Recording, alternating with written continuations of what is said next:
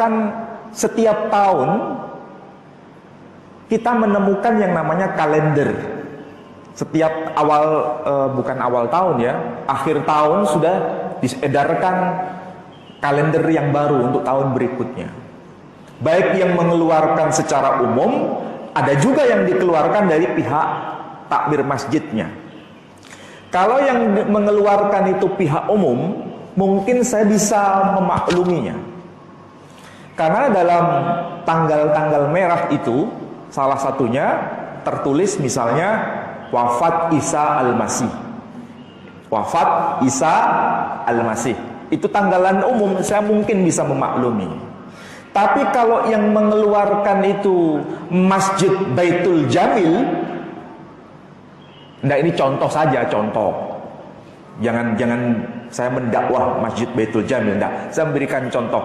Ada masjid tertentu atau Masjid Baitul Jamil misalnya, tanggal merah itu diberi tulisan wafat Isa Al-Masih, itu berarti ada sesuatu yang salah.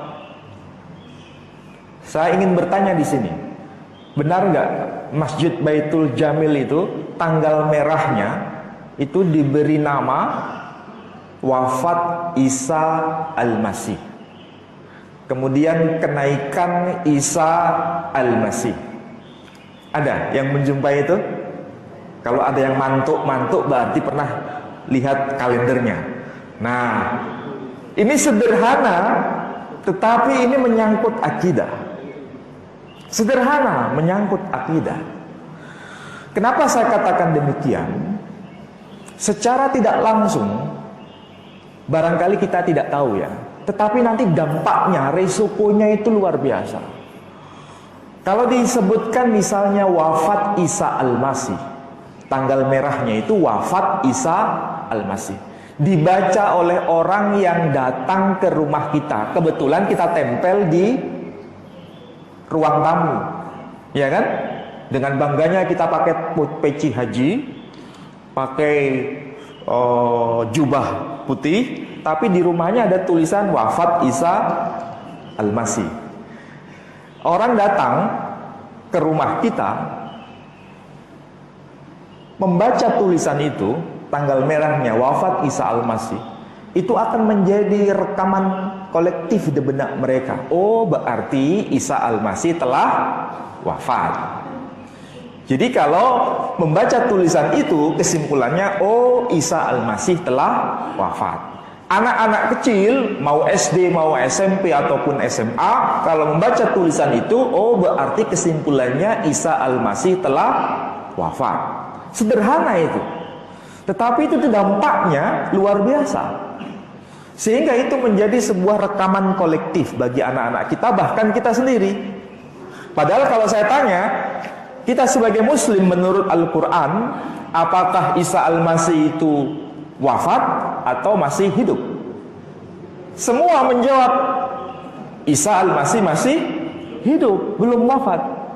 Tapi kenapa kita menjumpai tulisan seperti itu di kalender? Karena kita tidak paham.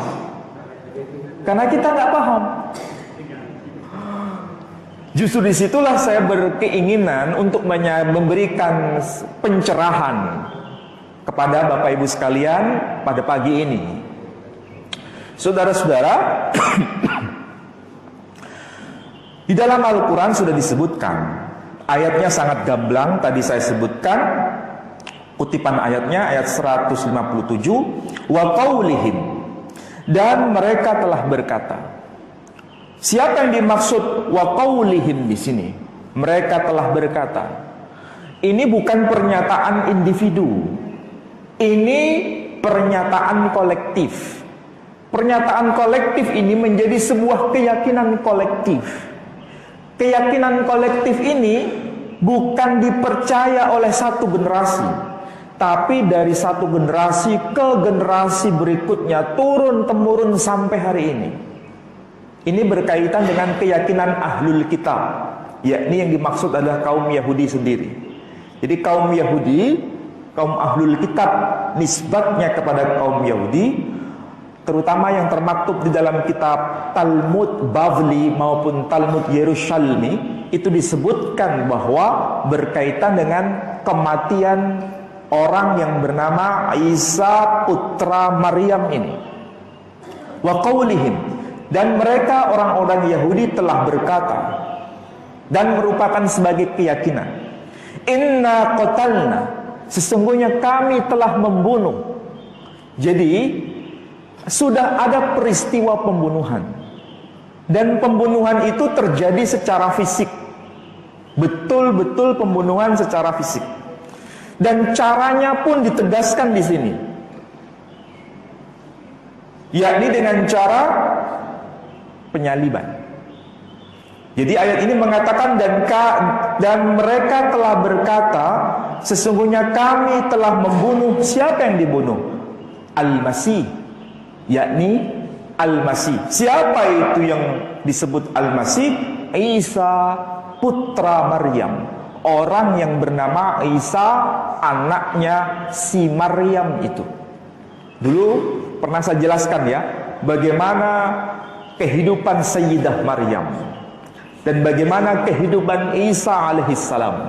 Kalau saya simpulkan sederhana untuk mengingatkan kembali, Maryam itu secara istilah, secara bahasa, ingat bedanya antara Maryam dengan roti Maryam, ya kan? Dulu saya jelaskan, kalau roti Maryam itu enak, manis, sesuatu yang sifatnya positif, itu roti Maryam. Tapi kalau istilah Maryam itu sendiri maknanya pahit atau getir. Itu makna dari nama Maryam. Jadi semenjak dia dilahirkan, itu sudah mengandung nama kegetiran hidup, sudah mengandung nama kepahitan hidup. Semenjak dia dilahirkan sampai dia melahirkan, tetap semakin memuncak kegetiran hidupnya, karena dia dituduh sebagai pezina. Jadi semenjak dia dilahirkan sampai dia melahirkan, hidupnya penuh dengan kegetiran, dan kegetiran itu memuncak sampai pada tuduhan sebagai pezina. Itu yang disebut sebagai Maryam. Jadi dalam pandangan pemahaman kaum ahlul kitab Yahudi, Maryam itu adalah sosok yang tidak ada nuansa positifnya sama sekali, sebagai sosok yang amat jahat. Dalam Quran diistilahkan dengan istilah Maryam saja, maknanya mengandung kegetiran atau kepahitan. Setelah bicara Maryam, kita bicara mengenai putra Maryam, yakni Isa putra Maryam. Semenjak dia dilahirkan, kemudian dia berdakwah sampai puncak menjelang karir kerasulannya, kehidupannya selalu dalam kepahitan dan juga kegetiran. Ketika dia dilahirkan, dia dituduh sebagai anak zina. Ketika dia menjadi seorang nabi, seorang rasul, dia melakukan banyak mukjizat di dalam Al-Quran. Misalnya, wa uhyil mauta biiznillah, dan aku menghidupkan orang mati atas seizin Allah. Ini mukjizat menurut kamu, menurut Al-Quran mukjizat. Tapi menurut kaum Yahudi itu bukan mukjizat, tapi dianggap sebagai tukang sihir.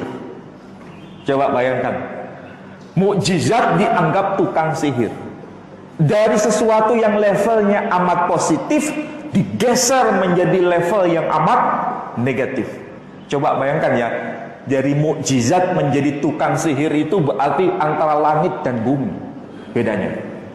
Jadi Isa sendiri semenjak lahir dituduh sebagai anak zina.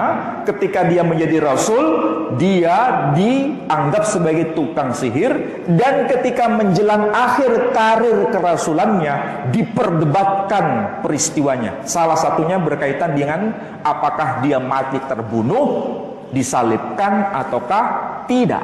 Nah, disinilah Al-Quran menjelaskan. Allah kemudian berkata apa? Wa ma qataluhu, dan mereka sebenarnya tidak pernah membunuhnya.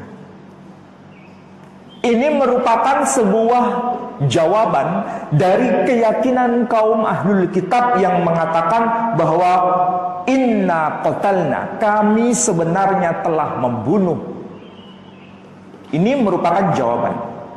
Wa ma qataluhu, dan mereka sebenarnya tidak membunuhnya. Wa ma salabuhu, dan mereka juga bukan menyalibkannya. Mereka juga tidak menyalibkannya. Ini jawaban dari Allah Subhanahu wa taala atas keyakinan yang salah dari pernyataan ahlul kitab ketika dia atau mereka mempunyai keyakinan membunuh Al-Masih dan menyalibkannya. Walakin syubbiha lahum, tetapi ada orang lain yang diserupakan seperti Isa bagi mereka. Jadi Al-Quran ini menegaskan ada dua hal penting. Satu, peristiwa dengan sejarah. Yang kedua, peristiwa dengan keyakinan. Peristiwa dengan sejarah artinya ada orang lain yang terbunuh, dan terbunuhnya dengan cara disalibkan. Kita sama-sama harus paham bahwa itu betul-betul terjadi. Ada yang terbunuh, ada yang disalibkan. Itu harus tahu bahwa itu peristiwa sejarah. Quran juga bicara mengenai sejarah. Cuma masalahnya siapa yang disalibkan itu? Nah, di sini Quran melakukan kritik, melakukan pelurusan bahwa itu bukan Isa Al-Masih, tapi orang lain yang diserupakan dengan Isa Al-Masih. Makanya kalau ibu-ibu atau bapak-bapak pergi ke rumah teman kita atau sahabat kita atau barangkali famili jauh kita yang beda agama dengan kita, di rumahnya mesti terpajang yang namanya salib. Betul nggak? Salib itu ada dua model. Di rumahnya ada hanya sekedar pajangan salib, tapi ada juga salib tapi ada patungnya. Kalau ditanya apa bedanya? Kalau hanya salib di rumah dipajang di tembok, oh itu berarti orang Kristen Protestan.